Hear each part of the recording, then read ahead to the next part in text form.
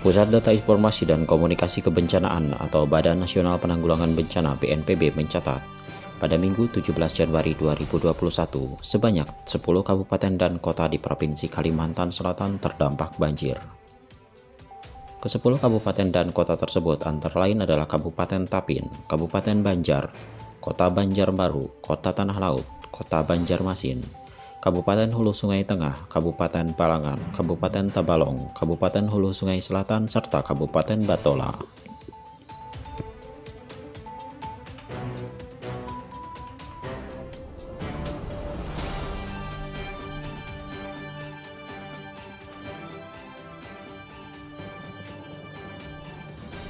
Tak hanya itu, data per 17 Januari sekitar pukul 18 mencatat, terdapat 112.709 jiwa terdampak dan mengungsi, serta terdapat 27.111 rumah terendam banjir.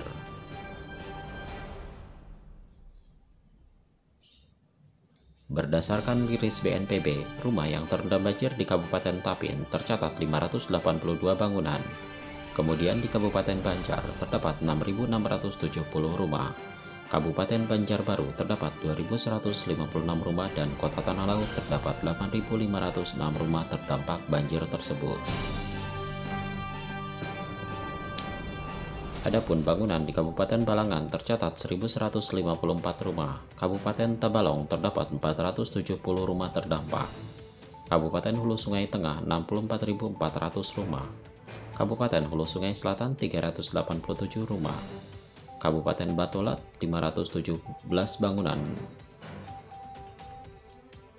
Banjir ini mengakibatkan puluhan ribu warga mengungsi. Terhitung per Minggu 17 Januari tercatat ada 39.549 pengungsi.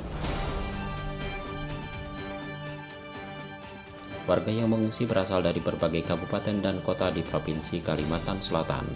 Rinciannya adalah dari Kabupaten Tapin tercatat 382 jiwa, Kabupaten Banjar 11.269 jiwa, Kota Banjarbaru 3.690 jiwa, dan Kota Tanah Laut sebanyak 13.062 jiwa. Selanjutnya data pengungsi berasal dari Kabupaten Balangan sebanyak 17.500 jiwa, Kabupaten Tabalong 770 jiwa, Kabupaten Hulu Sungai Tengah 11.200, serta Kabupaten Hulu Sungai Selatan 6.690 jiwa. Sementara itu, Kabupaten Batola mencatat 28.400 jiwa yang mengungsi.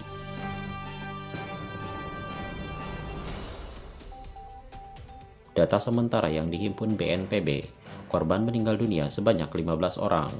Sebanyak 7 orang diantaranya dari Kabupaten Tanah Laut, 3 orang dari Kabupaten Hulu Sungai, 1 orang dari Kabupaten Banjarbaru, 1 orang dari Kabupaten Tapin, dan 3 orang dari Kabupaten Banjar. BNPB saat ini juga telah menyalurkan bantuan ke 10 kabupaten dan kota yang terdampak banjir di Provinsi Kalimantan Selatan. Bantuan tersebut berupa sandang, pangan, terpal, matras, selimut, dan peralatan dasar kebencanaan.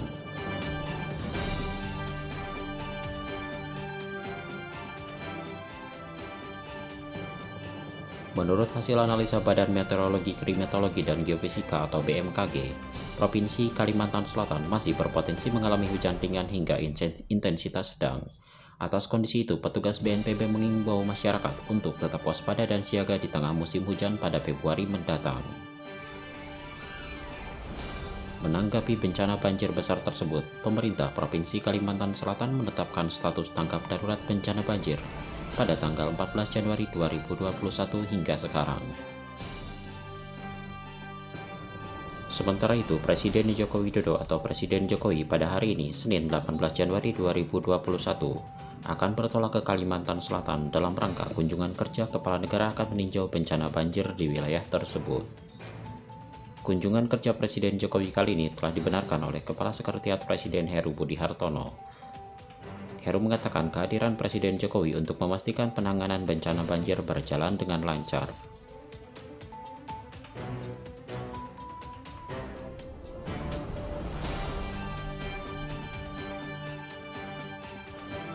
Sementara itu, menurut tim dari Tanggap Darurat Bencana di Lembaga Penerbangan dan Antariksa Nasional atau LAPAN mengatakan, Berkurangnya hutan primer dan sekunder yang terjadi dalam rentan 10 tahun hingga 20 tahun terakhir disebut menjadi penyebab terjadinya banjir terbesar di Provinsi Kalimantan Selatan tersebut.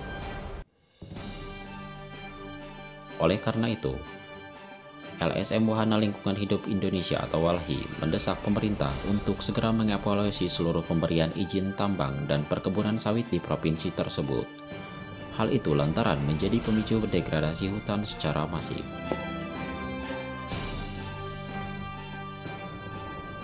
Sementara itu, di tempat terpisah, Sekretaris Daerah Provinsi Kalimantan Selatan menjanjikan bakal segera melakukan audit secara komprehensif terkait penggunaan lahan di sana agar bencana tersebut tidak terulang kembali.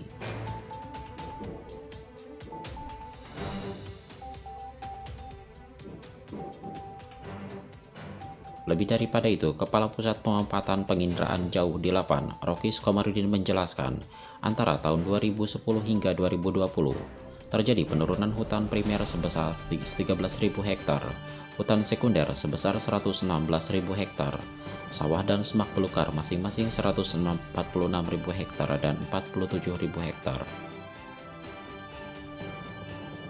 Sebaliknya, kata Rokis, area perkebunan meluas cukup signifikan menjadi 219.000 hektar.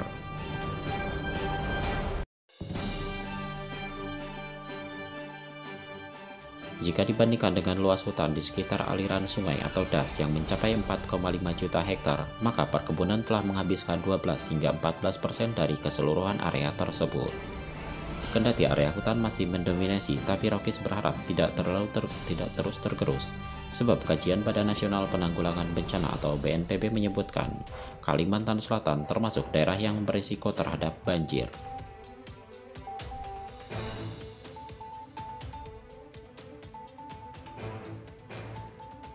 Sementara itu, dari pantauan Lapan, setidaknya ada 13 kabupaten dan kota yang terdampak banjir di Provinsi Kalimantan Selatan. 7 diantaranya luas genangan banjir mencapai 10.000 sampai 60.000 hektar.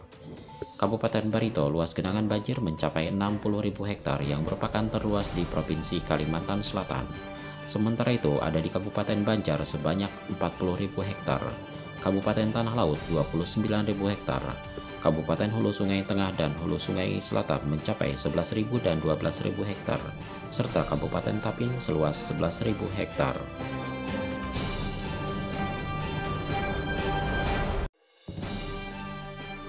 Sementara itu, Direktur Wahana Lingkungan Hidup Indonesia atau WALHI Kalimantan Selatan Kisworo Dwi Cahyono mengatakan, tercatat hingga saat ini 50% dari lahan di Kalimantan Selatan telah beralih fungsi menjadi tambang batubara dan perkebunan kelapa sawit.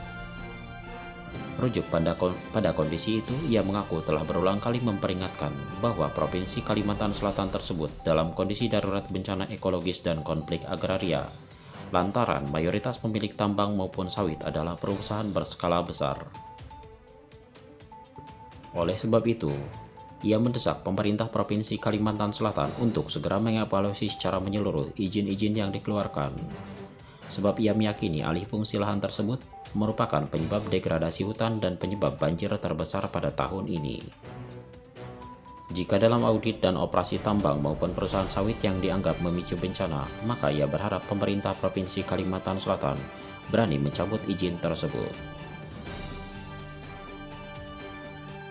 Selain bertindak tegas pada perusahaan, WALHI juga meminta pemerintah Provinsi Kalimantan Selatan dan pemerintah pusat meninjau kembali aturan rancangan tata ruang dan wilayah Kalimantan Selatan, supaya tidak ada terjadi lagi banjir besar yang menimpa Provinsi Kalimantan Selatan.